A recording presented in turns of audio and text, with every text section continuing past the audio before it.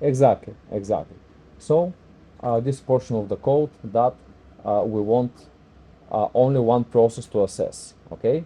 And why do we care about the critical section is because if we know what portion of the code has to be resolved by a single process, then we can synchronize only that portion of the code. So we don't need to synchronize the whole process, right? Which is obviously going to take a little bit more time. Okay, so semaphore is really another way for process synchronization, and it is probably the most simple one. Have anyone heard about what semaphore is? No? Okay, that's good. Yes, we can call it this, yes, data structure. And it's actually, it can be a very simple data structure, as you said, and can be a little bit more complex data structure. It can be as simple as integer, or it can be more complex as an enumerator. And in the real life, we actually implement as enumerator, but let's go step by step. It is even simpler than the synchronization. Okay, so semaphore helps for synchronization. Okay, so let's imagine, yes? Yeah, so I'm just recording the screen, okay? I'm just not recording myself. So you're gonna just be focused on the screen when you watch the video, okay? I'm still recording, so no worries. I'm recording now the screen only, okay? So I'm recording my monitor, so I'm still going to upload it. You're just not gonna see me walking around and things like this, okay? All right. So, as I said, semaphore is a pretty simple way for synchronizing processes, okay? So let's imagine we have two processes that need to be synchronized, okay? So we can synchronize them in a way that we have one integer. So let's imagine the semaphore as an integer. That can take two values, 0 or 1. Okay, we're also going to talk for more complex semaphores. Now, we have the semaphore, and then we're having two functions. And those two functions are going to be the ones that are updating the semaphore. And we are able to run processes whether before or after the wait and the signal functions. So what the wait and the signal functions do? They are simply updating the semaphore. Wait means, so we have the wait function, and we pass here the semaphore, which is, as I said, in this case integer, either 0 or 1.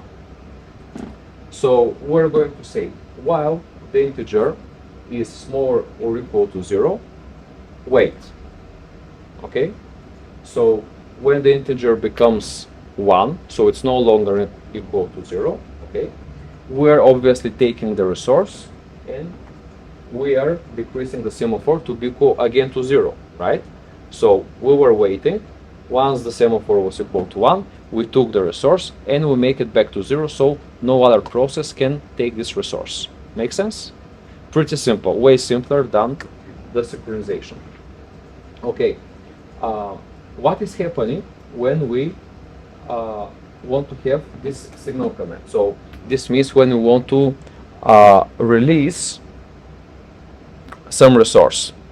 So when we release a resource, we simply write signal S, which simply increments the semaphore. Okay, so let's say here in this process we're waiting for some other process to do something. So the other process is doing something, right? So once the other process completes the task, so he made the semaphore equal to 0, okay? It completes the task, then we call the signal function, okay? So we increase the semaphore to 1, okay? And this is how the resource is released, okay? So you can imagine a process is waiting here, okay?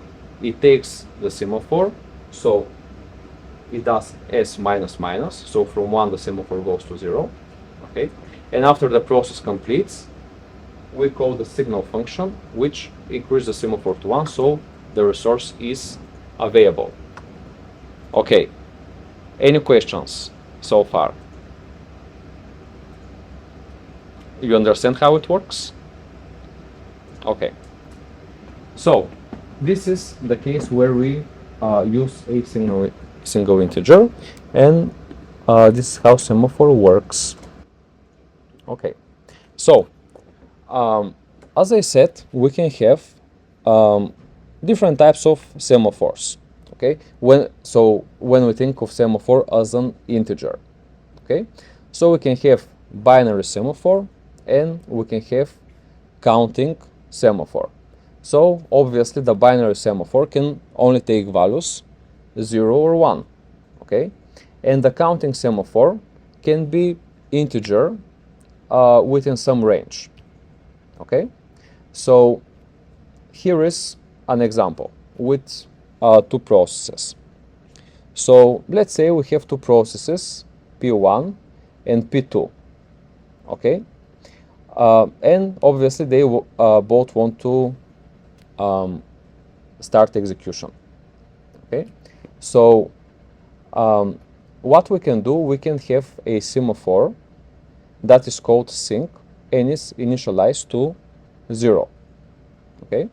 So what we can do is we can start the process P1, okay?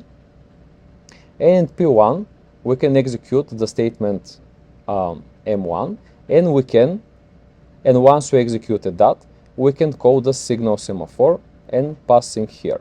So this will release the resource once P1 is completed. And P2 on the other side is going to start, then is going to wait until P1 is completed. And once P1 is completed, so here we increase the semaphore with 1, it is going to use the resource M2.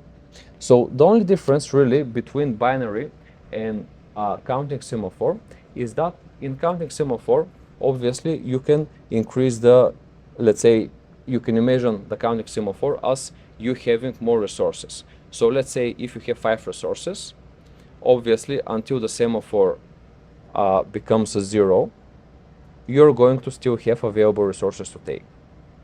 Okay, so let's say if we have semaphore that the maximum value is 5, so we can initialize let's say the semaphore equal to 5, then processes will start taking resources, so the semaphore will become 5, 4, 3, 2, 1.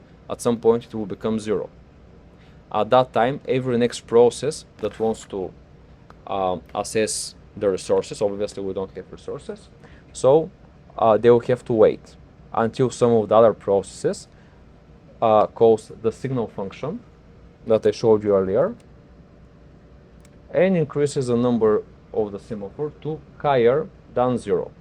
Then again, we will be able to use the resources. Pretty simple. Okay, so now in the real world, there is one very big problem with the generic implementation of a semaphore. And the problem is called the busy waiting. So if you saw what's happening right here, okay? Hello. If the resource is not available, obviously we're going to have a process in busy waiting, which means that the process is going to be in the memory and it will simply wait. So what's happening if multiple processes want to access this resource? Well, they're also going to be in busy waiting, right? So obviously this creates a problem because we might have too many processes that are going to be in the memory waiting for this resource to be released. So obviously implementing semaphore as an integer is probably not the best way because we really don't want processes to be in busy waiting. Instead, what we want to do is to make sure that the process is blocked so it doesn't take resources in the memory. You know, for example, when we swap processes, we remove them from memory, okay, we record their state, and after some time we bring them back to memory so they can continue execution, right? So this is exactly what you want. You want to block the process once the resource is not available, and then you want to release it once the resource is available. Okay? So how do we do that? With semaphore.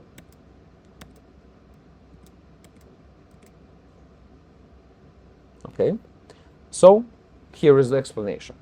Now, as I said, what we want to do is pretty much to block a process when the process is waiting for resource to be available.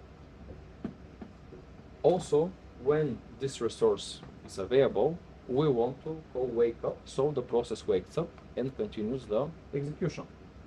Okay, so how we can implement that logically? So here is how a semaphore that can provide this service looks like. So instead of having the semaphore as an integer, okay, we can have it as a struct, and a struct of two elements. One of the elements is going to be an integer that is going to count the processes, okay, and the second one is going to be the list of blocked processes. Okay, so what we want to do is to know how many processes have been blocked, so they are no longer in the memory, and also we want to have a list of their IDs, so later on we can wake them up. Make sense? Okay, so this is just a standard struct in C, right? You've seen that, I guess. And this is an integer, okay, and this is a list. So let's see how this can be actually implemented. Okay, so now our functions for waiting and for signal obviously change a little bit. Now, the wait function has the following. So firstly, in the wait function, we are going to decrease the value. Okay, so when we decrease the value, this means that we're going to have we're working with a new process. Okay, so after that we have a new statement, and we say if the value of the semaphore is smaller than 0, so there are no available resources, what we want to do is to add the process inside our list. That's part of the semaphore, and then we want to block it. Okay, so here, instead of just doing a busy wait and staying inside this function, what we are doing is simply we're checking whether our value is more than 0, and then we simply block the process. Okay, now let's see what's happening inside our signal function having this type of structure. So once we go to signal, we increase the value.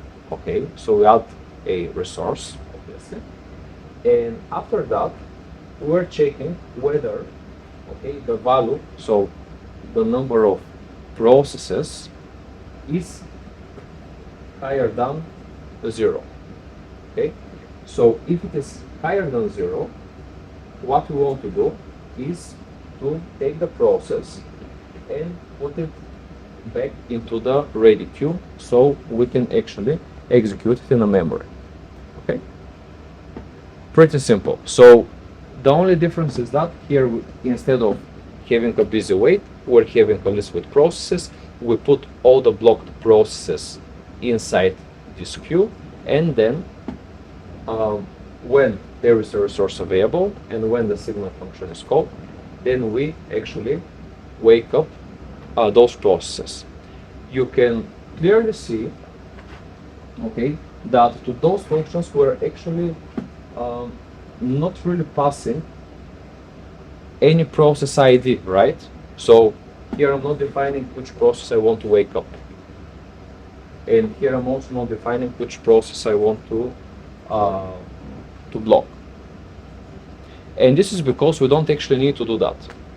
So the resources are available on demand. So when a resource is available, I can implement this list as first in, first out. Okay? So wherever process went in the list first, once a resource is available, I'm going to wake up this process and load it into the ready queue, so it gets executed inside the memory. Okay? So this means that those two functions can be implemented in atomic way, which means that they can be implemented automatically for every process. Once a process is created, if it has the weight, okay, and there is no memory available, obviously we're going to get here. When we have signal, obviously we're going to wake up wherever process is next in the queue, so it can be actually executed inside the memory. Okay. Now the next thing that we're going to talk about is the possibility for having a deadlock. Yes. The previous one.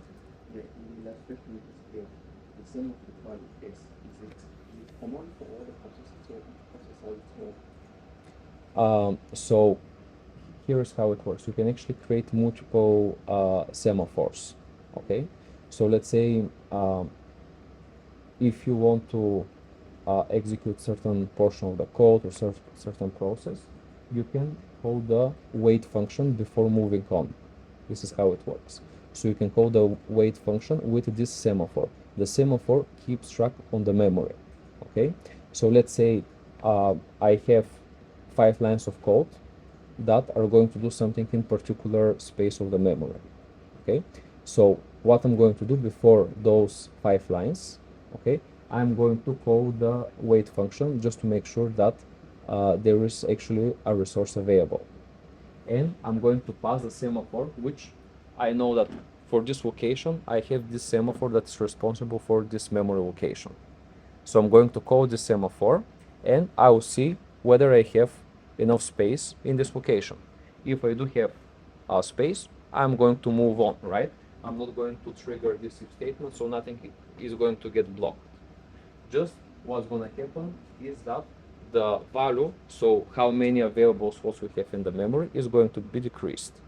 Okay, I'm not going to get blocked in this particular memory. So yes, in your code, you can have multiple types of semaphores that are responsible for different resources. Okay. Yes, exactly. You can imagine it as, let's say, having a C code. So in the outer scope, you define the semaphore, and then you define a few processes, and then for every process, you write wait, the name of the semaphore, right? So the semaphore is global, and then in this process, if the other process are not using the semaphore or there is space available, it will move on. If not, so yes, the answer to your question is yes, it is common for all the processes, so they can update it. And you can control to which process is common and for which process is not common. Okay. All right. Okay, so the next thing is we're going to talk about the possibility, as I said, for deadlocks when we're dealing with semaphore, and actually this is related to what you just asked me. Okay, so here we're actually going to have 2 semaphores. One of them is going to be called S, the other one is going to be called Q. Okay, so let's imagine we have 2 processes. One of them is called P0, the other one is called P1. Okay, so let's say that our semaphore provides us only a single resource. Okay, so what's gonna happen? If both processes are trying to take the 2 different semaphores, okay, one after another, what's gonna happen? Let's think about it. So first of all, process P0 is going to wait for S, right? And at the same time, Q1 is going to call wait Q. Obviously, both of them are not going to wait, since the resource is available, nothing happened yet, right? So P0 is going to take the S resource and P1 is going to take the Q resource, okay? But they didn't do anything to those resources because we're still on this line, right? We didn't continue with the code on what they are going to do with the resources. Okay, so they took the resources. Now, in the next line, here, P1 is going to say, okay, I also want the resource Q, okay, and I will hit the wait, so I check if it's available.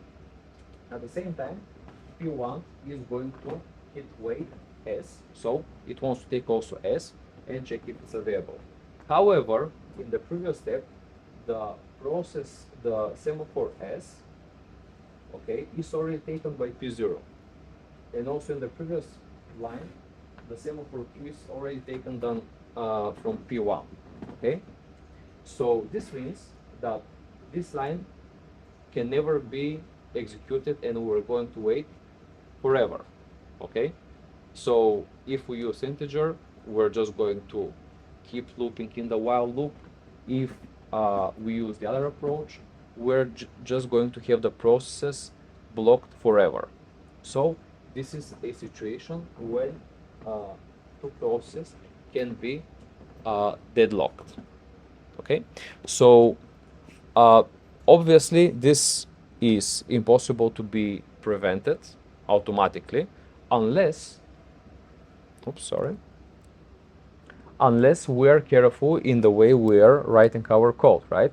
So you really don't want to have two processes that are calling one after another, two semaphores that have only one memory slot, because in that way they are just going to be blocked or waiting forever.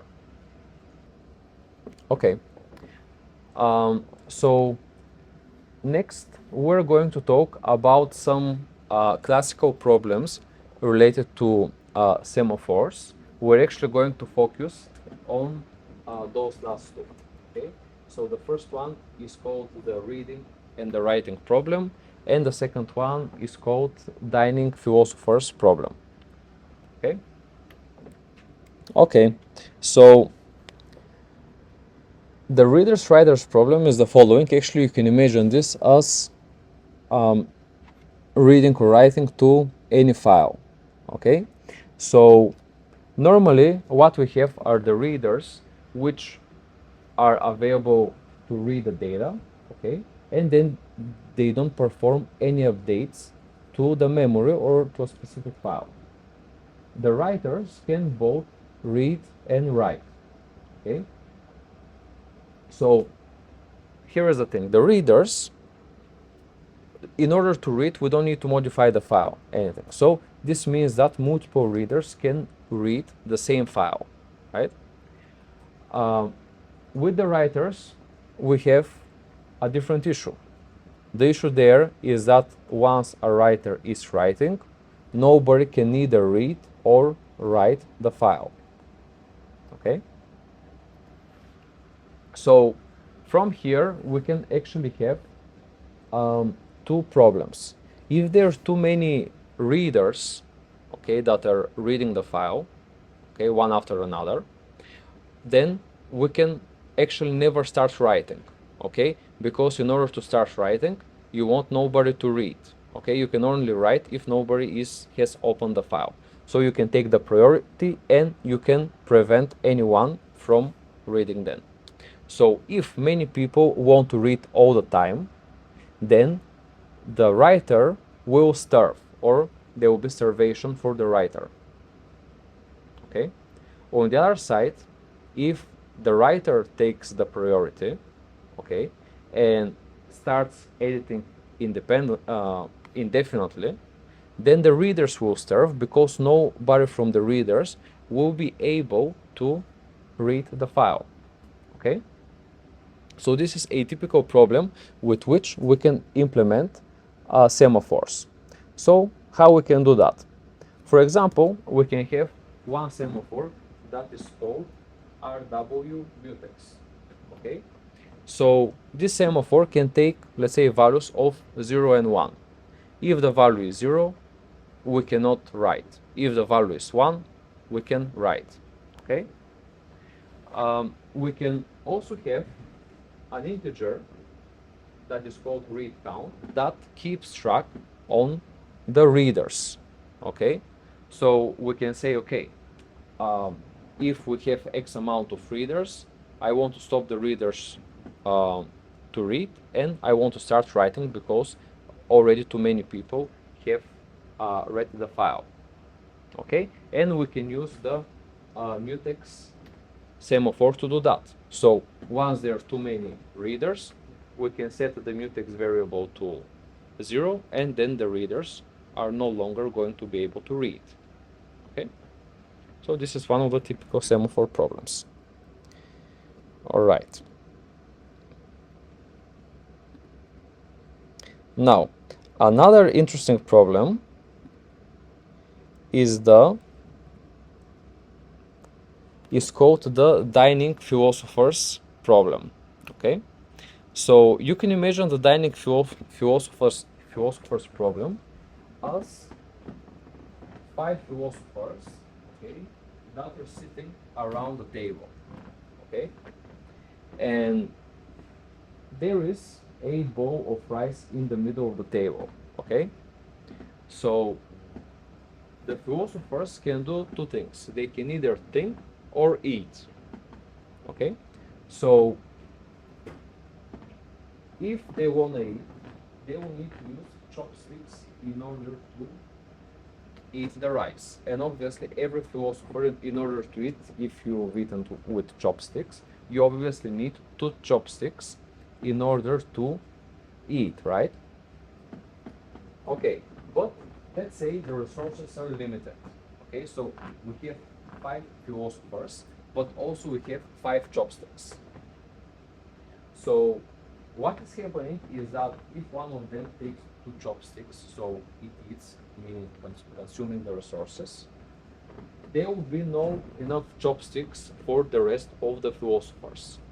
Okay, so you can imagine now that the philosophers are actually processes, while the rice is going to be the resources. Obviously, the semaphores in that case can be the chopsticks. Okay, this is how we're going to assess the resources. Now, what is going to happen if every philosopher takes the left chopstick? So if every philosopher takes the left chopstick only, we're going to be in a deadlock because nobody is going to be able to eat the rice, correct? Right. So they're all going to starve, right? They will just be able to think, so they're waiting, but nothing happens. Okay? So how can we actually solve that issue? Well, there are a few variations. So the first one is if we just have less philosophers, so we remove some of the processes, then we're going to get 5 chopsticks and 4 philosophers, which means that we can ensure in that way that there will be always one philosopher that is going to be able to eat or to consume the resources. Okay? Also, we can add some algorithm to prevent all the 5 of the philosophers to take the left chopstick. So we can add algorithm that is saying, okay, the first philosopher can grab 2 chopsticks, then the next one can do something else, and so on. So either of those strategies, reducing the processes or adding some algorithm of how the resources are going to be assessed, is going to work. Okay? And this is how the philosopher's algorithm looks like. Okay?